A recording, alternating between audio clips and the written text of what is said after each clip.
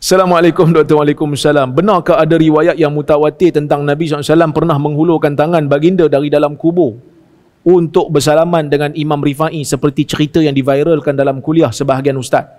Juga dikatakan kisah ni ditulis dalam kitab oleh Imam Suyuti dan para imam-imam yang lain. Pertama sekali, kisah ni memang ada yang terima dan memang ada yang tolak. Ada yang kata kisah ni tak ada sanad pun. Macam mana nak kata mutawatir? Dia hanya sekadar cerita. Mutawatir ni apa dia? Mutawatir ni ramai sangat yang nampak. Sehingga kita yang tak nampak ni kata mustahil dia orang pakat berbohong. Mustahil sebab dia orang tak ada kepentingan pun nak bohong. Saya contoh hadis mutawatir, saya nak bagi contoh pada tuan-tuan supaya faham. Kalau saya tanya tuan-tuan, hari ni siapa presiden Amerika?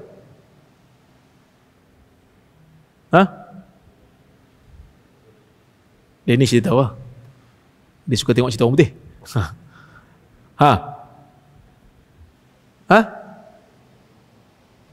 Tahu? Tuan-tuan tak tahu siapa presiden Amerika? Oh, ini betul-betul anti Amerika. Budak-budak ni tahu lah. Joe Biden lah. Itu sebutan tu. Joe Biden kan? Sebelum Joe Biden siapa presiden? Bukan Donald Duck. Donald Trump. Donald Trump. Tuan-tuan, siapa bagi tahu kat tuan-tuan presiden Amerika tu Donald Trump dan juga Biden? Tuan-tuan pergi tengok sendiri kat White House.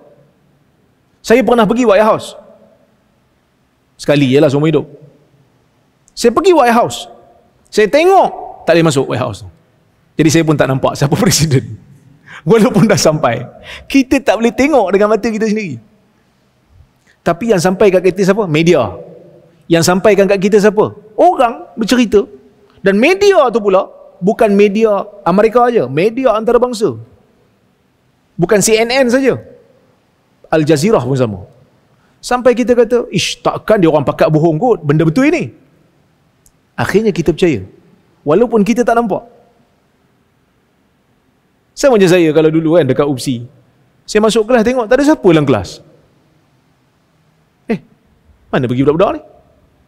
Lepas tu ramai-ramai masuk. Lepas setengah jam, saya pun dah hangin ni. Lepas saya berlambat, dia kata minta maaf ni ustaz, kami tersangkut dekat kampus baru. Sebab apa? Ada aksiden pula, bas tak boleh keluar. Dalam kelas tu 40 orang. Ada tak kemungkinan 40 orang tu bohong? Dia orang dah terlambat, pakat-pakat. Kalau pensyarah tanya, cakap ada aksiden je. Ada kepentingan tak? Ada. Jadi 40 orang saya tak boleh kata mutawatir lagi. Tak boleh lagi. Sebab tu ulama hadis dia tak letak berapa bilangan mutawatir ni.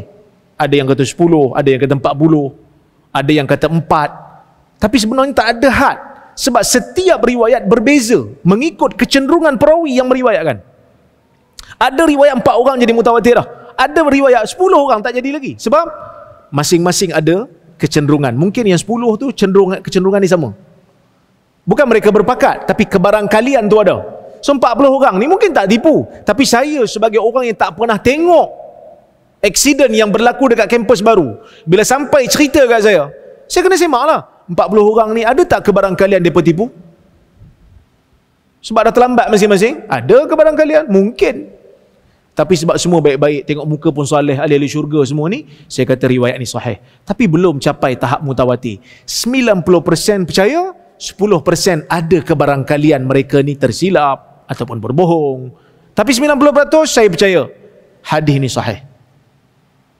Saya pun keluar daripada kelas mengajar, habis setengah jam, sebab kelas sejam, habis setengah jam saya pun keluar. Pergi hadir pula mesyuarat. Dalam mesyuarat tu, ada pula kawan-kawan duk bercerita, sama-sama mereka, pensyarah-pensyarah duk bercerita. Tadi ada aksiden dekat kampus baru, dahsyat. Banyak kereta tak boleh keluar. Dia langgar pagar universiti. Melentang pula, tak boleh keluar kereta. Saya dapat satu lagi sumber. Ni cerita sama tadi. Nak kata yang ni pakat tak mungkin. Pergi pula makan dekat restoran, cerita benda yang sama. Pergi pula jumpa dengan Pak Gad, Pak Gad pun cerita yang sama. Akhirnya saya kata, cerita ni betul walaupun saya tak pernah tengok. Saya akal saya kata, mustahil mereka berpakat untuk bohong. Sebab yang ni tak kena dengan yang tu tak kena dengan yang ni. Tak ada kepentingan pun untuk mereka bohong. Akhirnya akal saya kata, cerita ni betul. Ilmu hadis ni ilmu akal. Bukan ilmu hadis, ilmu faham hadis. Ilmu nak nilai hadis ni akli, logik. Yang kita boleh faham pun. Siapa yang nampak Nabi pergi hulur tangan? Nak kata mutawatir tu payah sikit. Walaupun ada yang dakwa. Jadi sebab itu ada yang tolak, ada yang terima.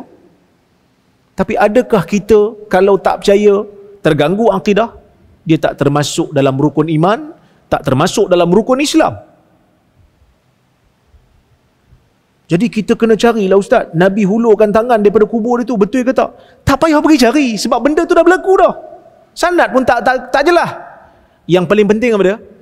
Tak payahlah pergi cari Nabi keluarkan tangan daripada kuburnya untuk salam dengan orang. Carilah hadis-hadis Nabi SAW yang telah lama keluar dalam kitab hadis. Faham? Ada orang kadang-kadang hadis dia tak mau pun, tapi dia hebohkan cerita-cerita macam ni. Bukanlah cerita tu saya kata bohong, tapi kadang-kadang kita tak seimbang. Cerita-cerita macam ni cukup berkenan, tapi lebih baca hadis, orang Melayu tak faham hadis ni, tak payah baca hadis lah. Kita kena seimbang. Hadis Nabi itu lebih penting. Ada manusia sampai pergi cari kuda Nabi, keturunan kuda Nabi. Dia kata kami telah menjumpai dekat sebahagian-sebahagian negara, inilah keturunan kuda Nabi. Saya pun heran, betul ke tak betul? Siapa pergi cek DNA? Pergi cari kuda Nabi. Hadis Nabi ada lebih penting untuk kita amalkan. Itu ulasan saya lah.